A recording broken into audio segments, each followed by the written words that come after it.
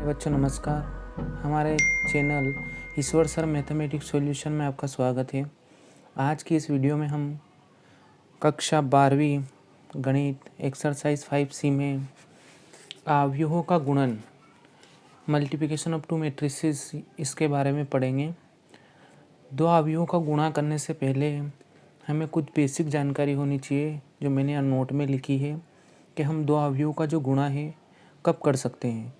पहली शर्त है दो मैट्रिक्स गुणन के योग्य तभी होंगे, यानी दो मैट्रिक्स का गुणा हम तभी कर सकेंगे जब पहले की स्तंभों की संख्या दूसरे की पंक्तियों की संख्या के क्या हो, बराबर। यदि ऐसी कंडीशन हुई तो हम दो मैट्रिक्स का क्या कर सकते हैं, गुणा कर सकते हैं। इस चीज़ को मैं आपको एक उदाहरण के माध्यम से समझाता हूँ। जैसे मैंने एक मैट्रिक्स लिया A equal to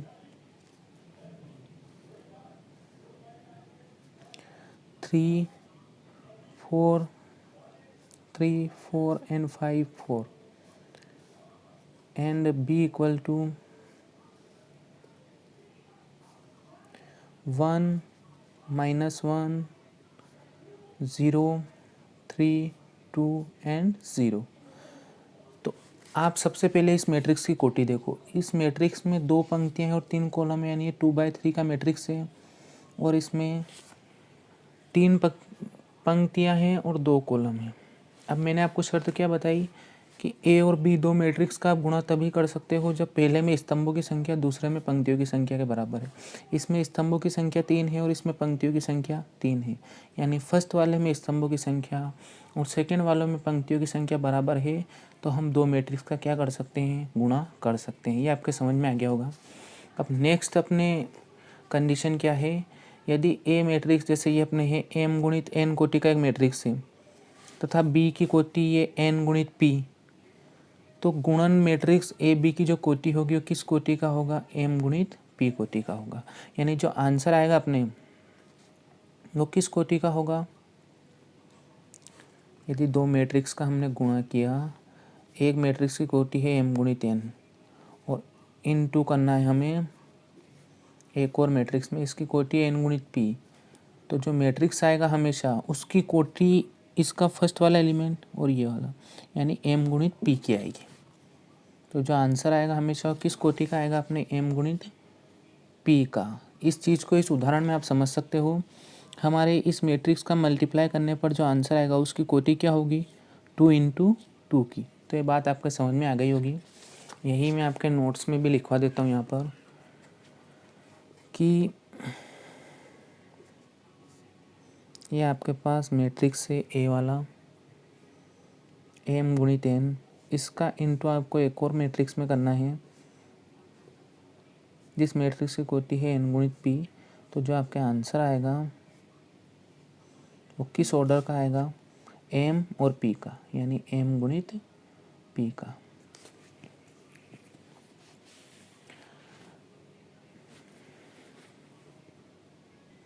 for example के लिए जो भी मैंने आपको उदाहरण दिया था कि आप मान लीजिए कि कोई एक मैट्रिक्स है आपके पास A, उसमें एलिमेंट है 3 and 5, सेकेंड वाले में एलिमेंट है 4 4 4। इसका मल्टीप्लाई आपको एक दूसरे मैट्रिक्स में करना है जिसके एलिमेंट 3 2 और 0 है। तो आपको कोटि देखनी, इसकी कोटि क्या है, इसमें 2 रोज एंड 3 कॉलम है, यानी 2 पंक्तियाँ और 3 स्तंभ है, और इसमें 3 पंक्तियाँ और 2 स्तंभ है। यानी फर्स्ट वाले मैट्रिक्स में स्तंभों की संख्या देखो, इसमें स्तंभों की संख्या कितनी है, 3, और सेकंड वाले में किसकी संख्या, पंक्तियों की। ये दोनों क्या है, आपस में बराबर। यहाँ पर भी मैंने n लिखा ना, तो इसका ये रीज़न है कि ये वाला नंबर और ये वाला नंबर तो क्या होगा, इक्वल होगा, और ये M ने P अलग अलग हो सकते हैं। और जो आंसर आएगा आपके वो किस ऑर्डर का आएगा, ये लिखा है M × P का, यानी 2 × 2 का, जो बच गए उस ऑर्डर का। एक एग्जाम्पल के माध्यम से हम समझते हैं कि किस टाइप से आपको दो मैट्रिक्स का गुणा करना है। इस एग्जाम्पल के माध्यम से हम समझेंगे कि हम किस टाइप से दो मैट्रिक्स का मल्टीप्लाई कर सकते हैं, यानी उनका गुणा कर सकते हैं। ये आपको ए इक्वल टू एक मैट्रिक्स दिया है, बी इक्वल टू एक मैट्रिक्स दिया है और आपको ए इंटू बी याद करना है। हम लिखेंगे A into B is equal to 1 -4 -2 2 3 and 5। इसका गुणा हमें किस में करना है? 2 4 2 3 5 1। तो सबसे पहले तो आप ये देख लें कि हम इनका गुणा कर सकते कि नहीं कर सकते। मैंने शर्त बताई थी आपको, गुणा हम कब कर सकते हैं? जब पहले वाले में स्तंभों की संख्या और दूसरे वाले में पंक्तियों की संख्या इक्वल हो। तो हमारे इसमें इसका ऑर्डर है 2 इंटू 3 का, इसका ऑर्डर क्या है 3 इंटू 2 का। देखो दोनों इक्वल हैं और ये बात भी हमें पता होनी चाहिए कि हमारा जो आंसर आएगा वो किस कोटि का आएगा?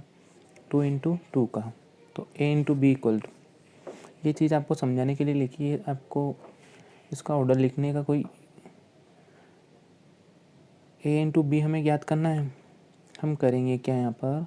आपको ए इंटू बी ज्ञात करते समय इस पूरी पंक्ति का गुणा इस पूरे स्तंभ में करना है, अलग अलग एलिमेंट का। इसका इसमें करना है, इस एलिमेंट का इसमें इंटू करना है और इसका इसमें। यानी 1 का गुणा 2 में, -2 का गुणा 4 में और 3 का गुणा 6 में, और बीच में इनके कौन सा साइन आएगा? प्लस का। तो करते हैं हम 1 इंटू 2, मैंने लिखा 1 गुणे 2, फिर काय का साइन? प्लस का। -2 का गुणा 4 में, यानी -2 इंटू 4। 3 का इंटू किस में करना है आपको? 2 में, तो +3 इंटू 2। ये एक स्टेप हो गई आपके। फिर इस वाली पंक्ति का गुणा इस वाले स्तंभ में करना है ना, और यहाँ लिखना है आपको 1 का इंटू किस में करना है? 3 में, यानी ये 1 इंटू 3 प्लस -2 का इंटू किस में करना है? 5 में, -2 इंटू में हमने क्या लिखा? 5। 3 का इंटू किस में करना है आपको? 1 में, तो +3 इंटू 1। जो प्रोसेस हमने ऊपर की है वो की हुई प्रक्रिया हमें नीचे दोहरानी है। यानी ये जो सेकेंड वाली पंक्ति है इसका गुणा भी हमें इस स्तंभ में और इस स्तंभ में करना है। सबसे पहले -4 का गुणा हम किस में करेंगे? 2 में, प्लस 2 का इंटू किस में करेंगे? 4 में, प्लस 5 का इंटू किस में करेंगे? 5 का इंटू 2 में। नेक्स्ट वाले में देखो -4 का इंटू 3 में, यानी -4 इंटू 3। 2 का इंटू 5 में, +2 इंटू 5। 5 का इंटू 1 में, +5 इंटू 1। तो a इंटू बी की जो वैल्यू है क्या आ जाएगी हमारे पास? 2, ये आ जाएगा प्लस माइनस माइनस का 8 प्लस का 6 है ना। ये आ जाएगा 3 -10 और प्लस का 3। ये अपने पास आ जाएगा -8। इन दोनों का मल्टीप्लाई करेंगे तो प्लस का 8 प्लस का 10।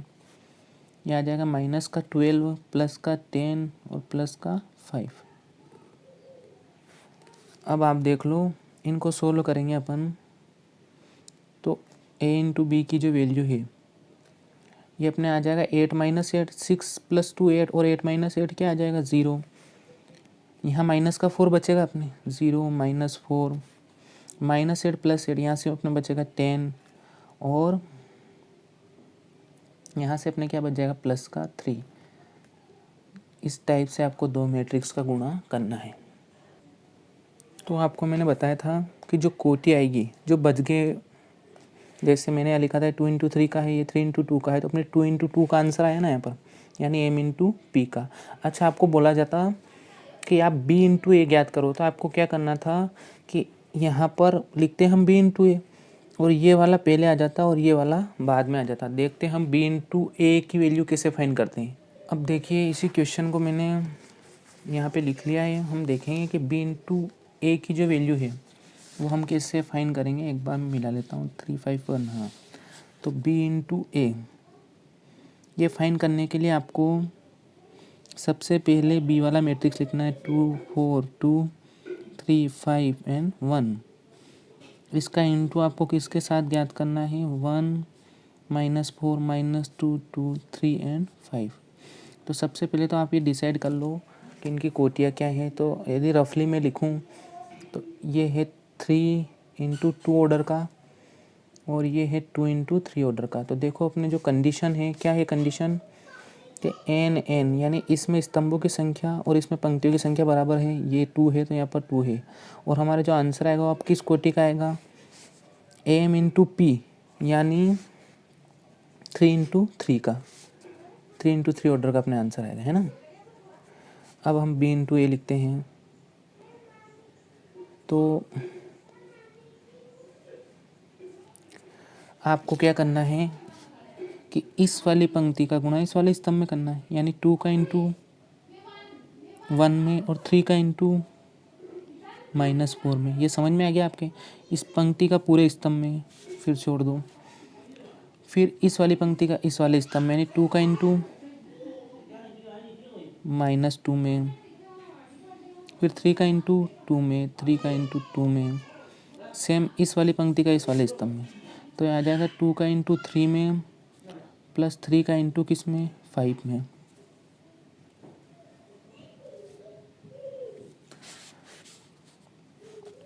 नेक्स्ट स्टेप में सेम वही प्रोसेस हमें दोहरानी है, यानी इस 4 5 का इंटू इस वाले कॉलम में, इस वाले कॉलम में और इस वाले कॉलम में। तो 4 का इंटू हम करेंगे 1 में, प्लस 5 का इंटू हम किस में करेंगे, -4 में। ऐसे ऐसे 4 का इंटू -2 में और 5 का इंटू +2 में, यानी 5 इंटू 2। 4 का इंटू 3 में, 4 इंटू 3, 5 का इंटू 5 में प्लस 5 इंटू 5। 2 का इंटू किस में करेंगे हम, 1 में, प्लस 1 का इंटू -4 में। यहाँ पर लिखेंगे फिर इसका इसमें, यानी 2 का इंटू -2 में प्लस 1 का इंटू आपको किस में करना है, 2 में। नेक्स्ट स्टेप में इसका इसमें भी करना है, यानी 2 इंटू 3 प्लस 1 इंटू 5। अब आप देखिए कि b इंटू ए की जो वैल्यू है वो अपने पास क्या आती है। ये तो आ जाएगा आपके पास 2 और ये -4 इंटू 3, यानी 4 3 कितने होते हैं, 12। ये आ जाएगा -4 प्लस का 6, ये आ जाएगा 6 प्लस का 15, ये 4 -20, 5 चौक 20, इसका -8 प्लस का 10 और ये आ जाएगा 12 प्लस 25, ये आ जाएगा 2 -4 और -4 प्लस 2, 6 प्लस 5।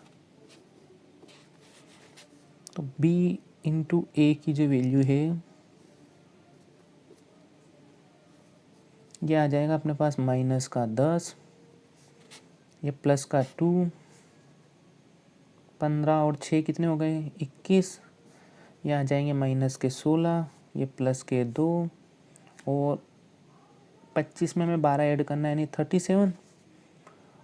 ये माइनस का 2, माइनस का 2 एंड 6 और 5 कितने हो जाएंगे, 11। तो ये आपके आंसर आ गया। मैंने आपको बोला था कि जो आंसर आएगा उसकी कोटि क्या रहेगी, 3 इंटू 3 की। अच्छा, आपसे ऐसा भी पूछ सकता है इस क्वेश्चन में कि a इंटू बी तथा b इंटू ए ज्ञात करो और दर्शाओ कि a into B is not equal to b into A. तो ये कर ही लिया हमने, और क्या, ये अपने a इंटू बी की वैल्यू निकाली। ये किसकी वैल्यू आई, b इंटू ए की।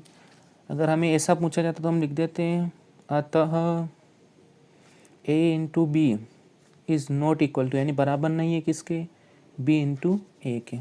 आई होप आपके अच्छी तरह से समझ में आ गया होगा ये क्वेश्चन कि किस तरह से हमें दो मैट्रिक्स का इनटू करना है, यानी गुणा करना है। अब हम अपने एक्सरसाइज 5C के कुछ क्वेश्चन सोल्व करते हैं।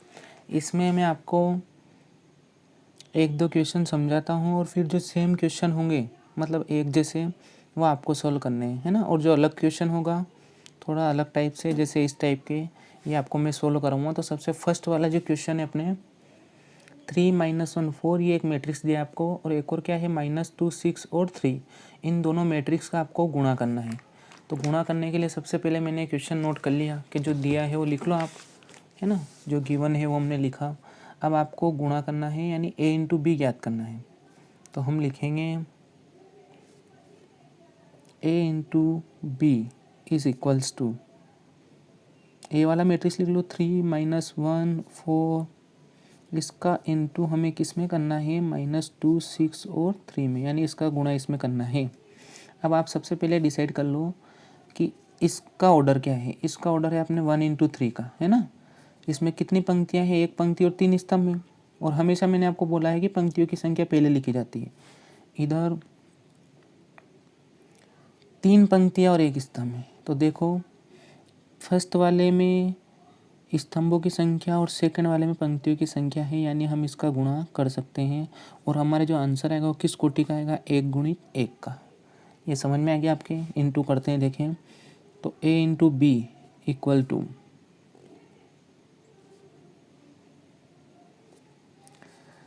3 का इस पूरी पंक्ति का पूरे स्तंभ में करना है और बीच में काय का साइन आएगा, प्लस का। तो 3 का इंटू -2 में, यानी मैं लिखूँगा 3 × -2, फिर काय का साइन आएगा प्लस का, फिर -1 का 6 में, -1 × 6, फिर +4 × 3। ये हो गया बस गुणा। बहुत ही इजी क्वेश्चन है। तो a × b की जो वैल्यू है वो आपके पास आ जाएगी -6 - 6 और +4 या 12, यानी 4 × 3 = 12। तो a × b की जो वैल्यू है -12 + 12, यानी a × b = 0। मैंने आपको बोला था ना कि इसका जो ऑर्डर आएगा 1 by 1 का, तो ये मैट्रिक्स 1 by 1 का है कि नहीं है। नेक्स्ट क्वेश्चन देखते हैं हम, ये वाला, इसको नोट कर लेता हूँ मैं पहले। इसमें भी हमें a × b फाइंड करना है, तो हम लिखेंगे a × b इक्वल टू 2050। इसका इंटू किसके साथ ज्ञात करना है हमें, 5 - 2 0 and 0। ये भी 2 by 2 का मैट्रिक्स है और ये भी 2 by 2 का, यानी इनमें पंक्तियों की संख्या और स्तंभों की संख्या कितनी है, 2। अब a × b = हम इस पंक्ति का गुणा इस स्तंभ में करेंगे, समझाया मैंने आपको। और साइन का आएगा बीच में प्लस का, यानी प्लस का चिन्ह लगा के 2 का इंटू आप 5 में करोगे, फिर लगाओगे प्लस का चिन्ह, फिर 5 का इंटू -2 में, यानी 5 × -2। फिर इस पंक्ति का इस स्तंभ में, तो हम लिखेंगे 2 का इंटू 0 में प्लस 5 का इंटू भी किस में, 0 में, 0 का इंटू 5 में, यानी 0 × 5 प्लस 0 × -2, 0 × -2,